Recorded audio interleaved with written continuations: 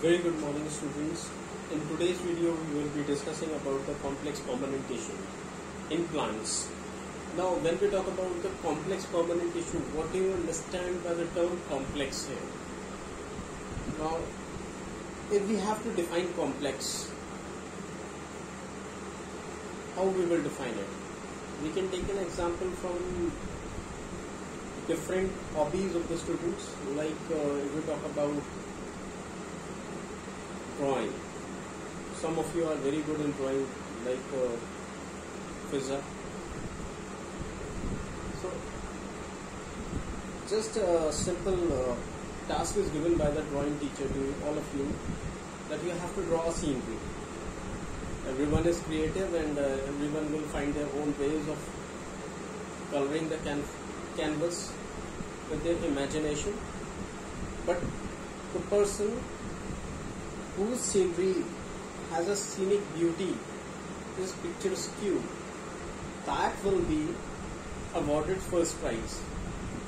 And it does not mean that everything should be in perfect balance in that particular scenery. If we talk about a balance, how that balance is created.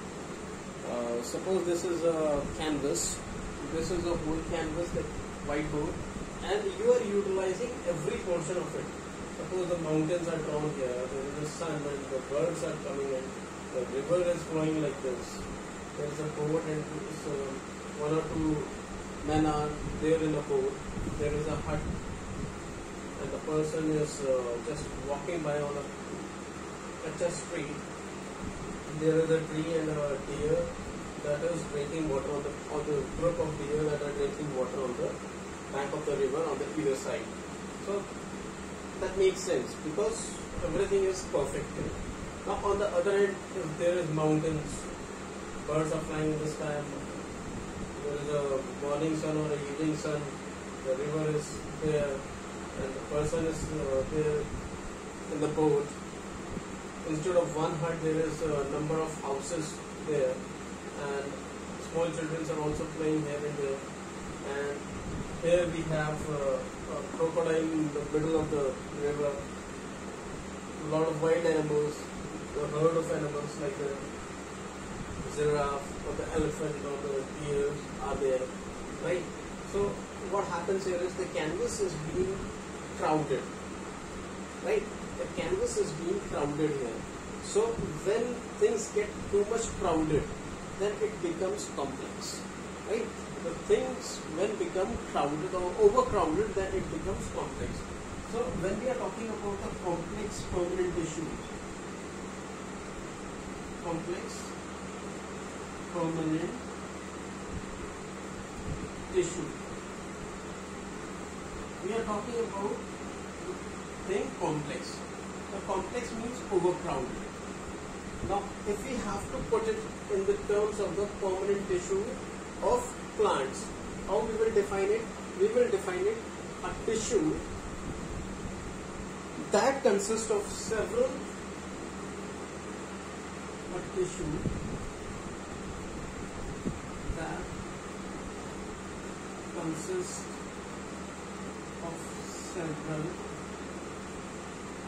different cells.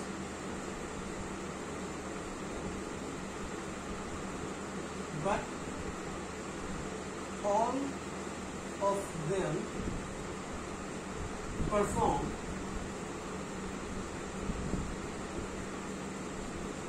same function.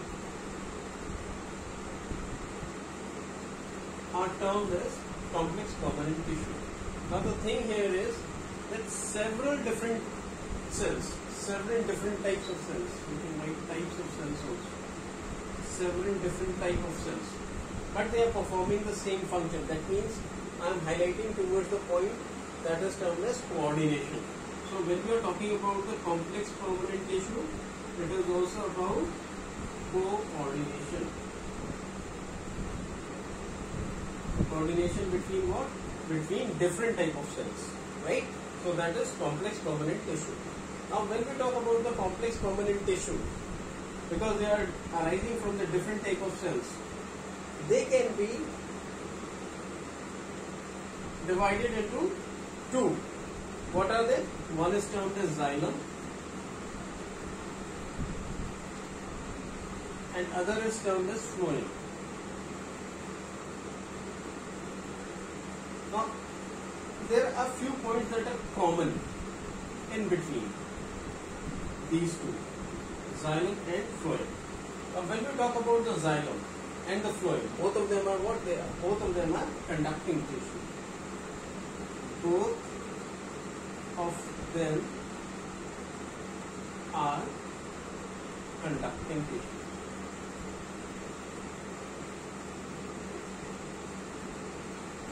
Right? And another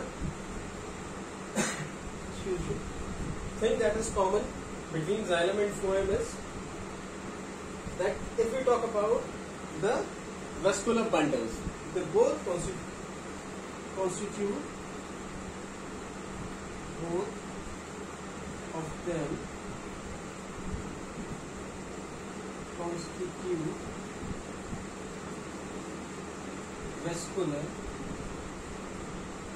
bundles. Right? So this is the thing that is in common. Now, if we talk about the xylem, xylem can be divided into 4 different xylem elements. What are they? They are trachea, they are vessels, they are xylem parenchyma and xylem fibers.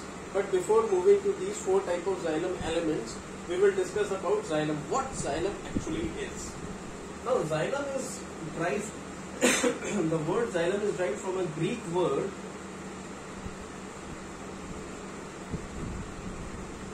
that means xylos. What is the name of the Greek word? The Greek word is xylos, and what does it mean? It means wood. What does it mean? It means wood. Now,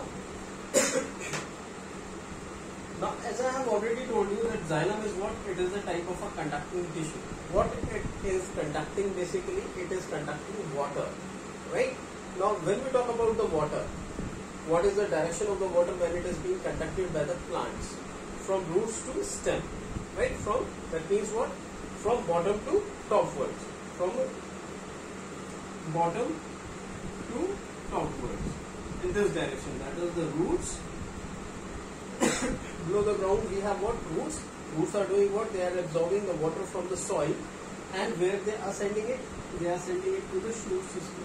Entire shoot system. Right? So, the conduction of the water, because xylem is conducting what? Xylem are responsible for conduction of the water. They are responsible chiefly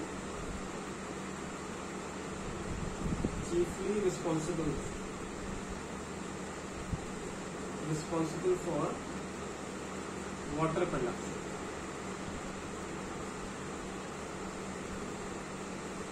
Along with what? Along with mechanical support. Along with mechanical support. Now, they are such a huge structures. If we are talking about the plant, they are immense structures. So what are the xylem doing? They are also providing the mechanical support. Now this wood, the trunk portion that I am talking about in the trees, right? So xylos, xylem term is right from the Greek word xylos, which means wood, and xylos or the xylem are chiefly responsible for the conduction of the water. Apart from that, they are also responsible for giving mechanical support to the plant. Now, we will discuss about the 4 xylem elements, right? 4 xylem elements includes what? First is tracheids. What it is? Tracheids.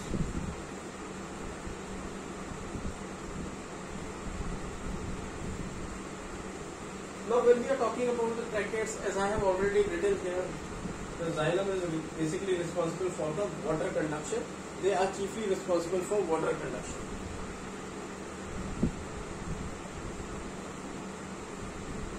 Chiefly responsible for water conduction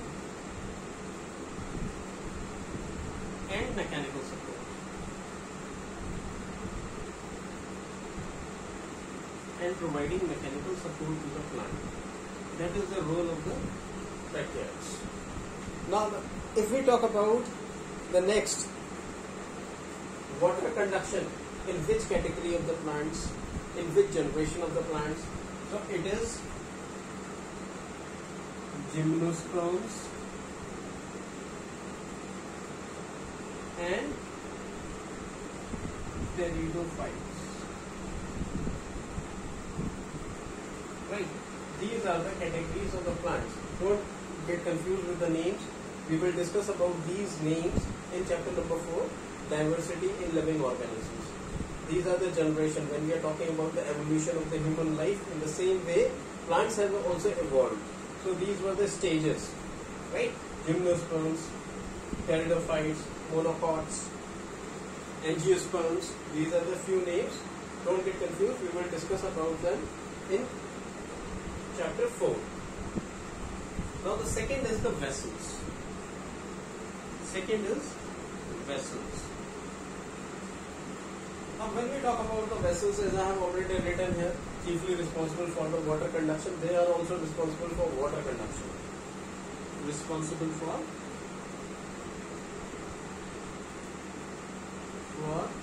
water conduction. Where? In angiosperms. Right? Just remember it. Because what it evolved? Evolution process has taken place. Things have changed over the period of the time. So, vessels are responsible for the water conduction in plants. In this category of the plants, in the angiosperms. They are also giving what? They are also giving mechanical support. Also gives mechanical support.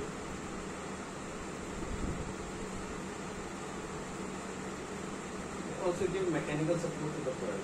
Now when we talk about the vessels, they are also termed as trachea. They are also termed as trachea. They are also termed as trachea. Now, when we are talking about the trachea, what does it mean? It means that the structure of these vessels is tubular. The structure is tubular with perforated end walls. With perforated end walls. Now, perforated end walls means that there are small holes that are present at the end of the two vessels for the trachea. Right? Now, the third category of the xylem elements is xylem parenchyma. Now, if you can recall what we have discussed while we were discussing about the simple permanent tissues, parenchyma were what? They were the living cells. So, parenchyma word is there, it means they are living cells. They are living cells. Now, when they are living cells, what does it mean? It means that they might be having some storage capacity with them also. So, what are they responsible for? They are responsible for the storage of food. Storage of food. Now, remember that when we are talking about the parenchyma, storage of food, and they are the living cells. These are the two things that we have to always keep in mind. Only living tissues that are constituted in the xylems, that is xylem parenchyma. And the next thing that we have to keep in mind when we are talking about it, the cell wall. If we are talking about the parenchyma, how is the cell wall? Cell wall is thin. Thin cell wall. Now, what does it mean if we are having a thin cell wall? Very thin, marginal cell wall is there. Then what does it mean? It means that there must be certain, another thing that is also present in it, thin cell wall with cellulose. With cellulose. With cellulose. Right? So that is, if we are talking about it, it stores food. It stores food. It is living. It has a thin cell wall which also has cellulose in it, and not to forget, what is the main function of the xylem? The main function is the conduction of water. So they are also water conducting. Also responsible for conduction of water. For water conduction.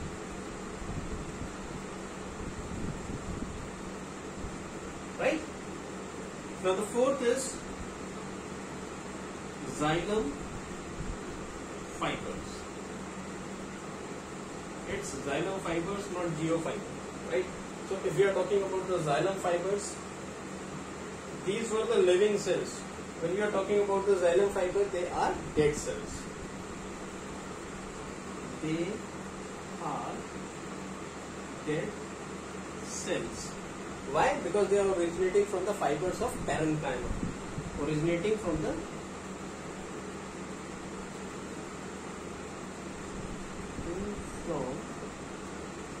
fibers of parenchyma.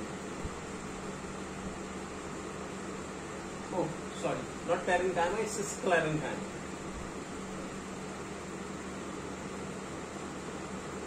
Sclerenchyma, as we have already discussed in the previous video, that is sclerenchyma is made from the dead tissues or the dead cells. Now the xylem fiber, because they are dead cells, what does it mean? Will they conduct water? Will they be responsible for the water conduction? No. Then what they will do? They will provide additional mechanical support to the plant. Provides additional mechanical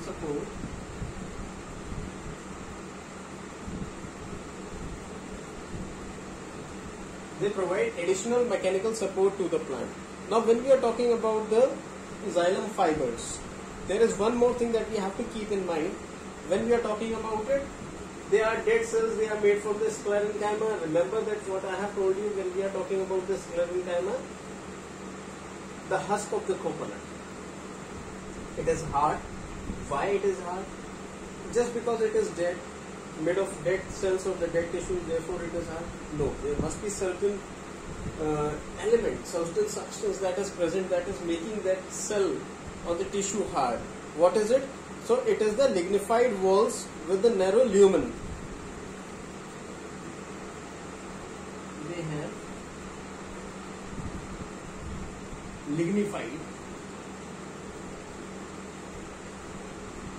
walls with narrow lumen. Right? So that is all about the four elements of xylem. Right? Now we will discuss about the phloem.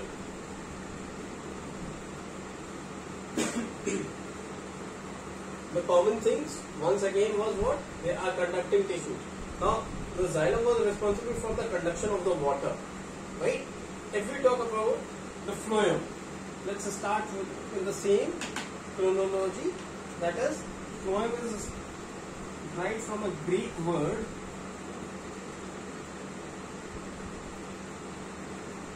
philos, which means bark. What does it mean? It means bark. Now, phloem is responsible for what? They are also conducting tissue, but they are not responsible for the water conduction.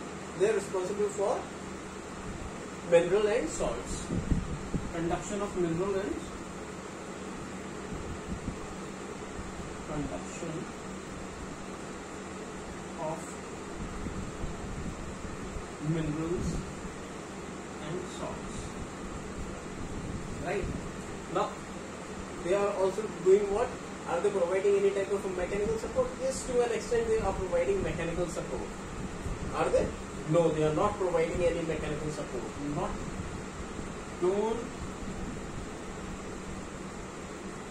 provide mechanical support. Right? Just remember that they are not providing any type of a mechanical support. Now, if you are talking about the direction, here in the xylem it was in the upward direction, but here it is conducted in all the directions. Conduction is what? Conduction is in all the directions.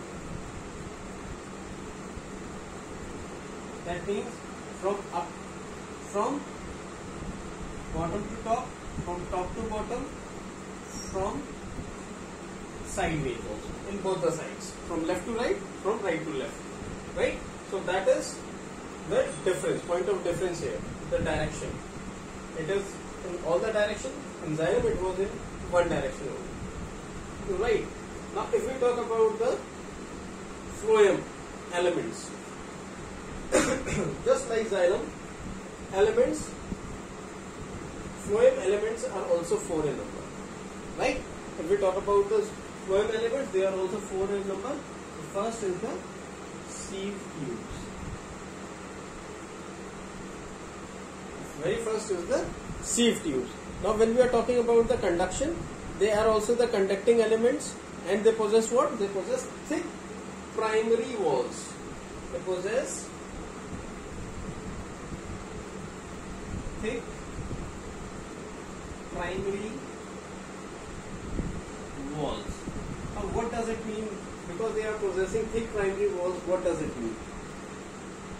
Right? Because it is thick end walls, the end walls are transverse or oblique. Primary walls, end wall is end wall. Where the wall ends is either transverse or oblique.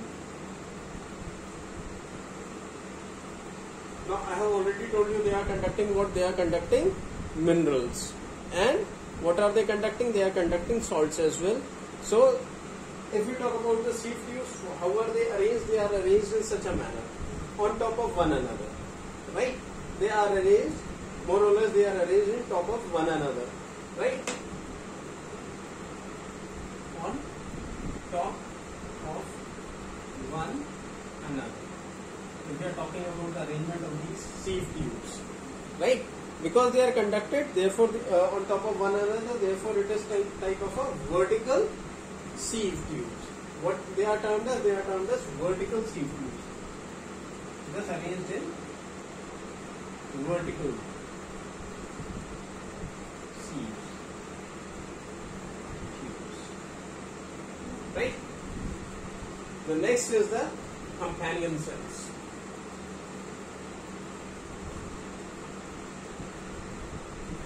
Companion cells. Now remember, I am talking again and again, I am repeating one thing, that is the evolution. Now companion cells, they help the sieve tubes in the conduction of what? Conduction of salts, minerals, right? So when we are talking about the companion cells, how are they? They were the thick primary walls, they were having the thick primary walls, sieve tubes. When we talk about the companion cells, they are having the thin walled. They are thin walled, bit elongated, right? Sparacle also in some kind of a specialized parenchymal cells, right?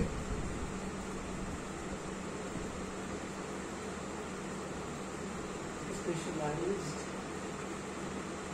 parenchymal.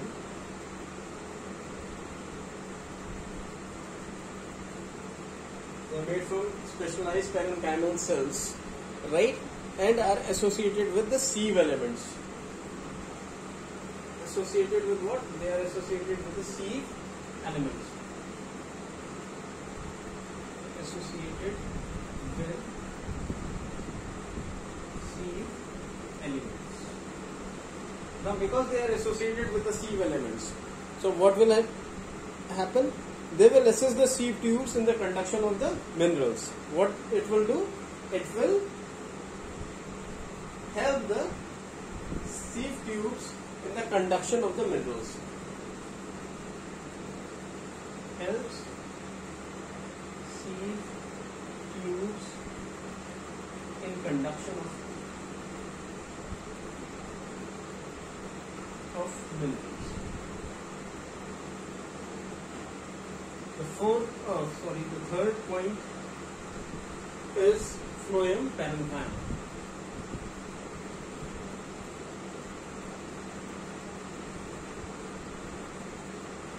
Now, again I am coming to commonality between the xylem parenchyma and phloem parenchyma. The term here is parenchyma and parenchyma. So what does it mean? They are the living cells, so are they. They are living cells. Right? Now, just like the parenchyma, because they are living cells, they are a place where the food is stored. The same thing happens here. Helps in the storage of food. Right? So these are the common things that we have discussed right now. So if we talk about the phloem parenchyma, they store the food, but they are absent in monocots. This phloem parenchyma is absent in monocots. But present in where? But present in where? Dicots, gymnosperms,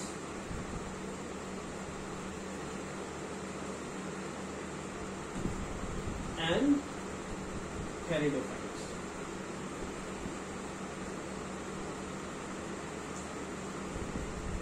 Right? In the same way, when we are talking about the companion cells, they are present in angiosperms. Right? We are talking about the companion cells, they are present only in angiosperms.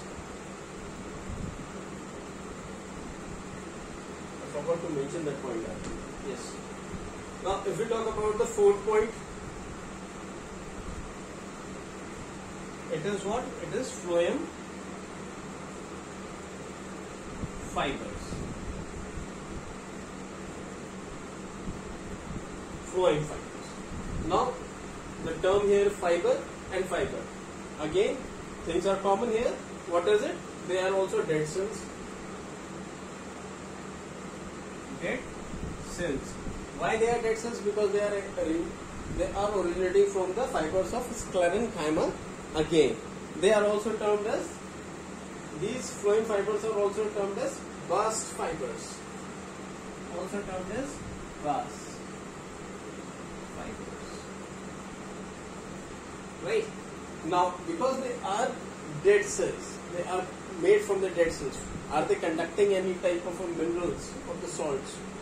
Even if they are conducting, it would be in traces. So we assume that they are not conducting any type of a mineral or the salts. What are they basically doing here? They are providing what? They are providing additional mechanical support.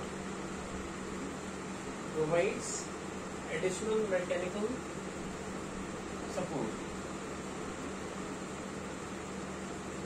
Provides additional mechanical support. Now you will say, sir, you have said that they do not provide mechanical support, but exceptions are always there when we are talking about science. So phloem fibers, they are providing what? They are providing additional mechanical supports because they are dead tissues. They are made from the dead tissues. Now, if we talk about these companion cells, they were thin-walled. If we talk about the sieve tubes, they were thick-walled. So in the same way, when we talk about the xylem fibers, they are thick-walled and elongated. They are thick-walled and elongated. Thick-walled, elongated, and elongated. And apart from that, they are not just elongated. Sometimes they are kind of a spindle shaped also. Sometimes they are spindle shaped also. Spindle shaped.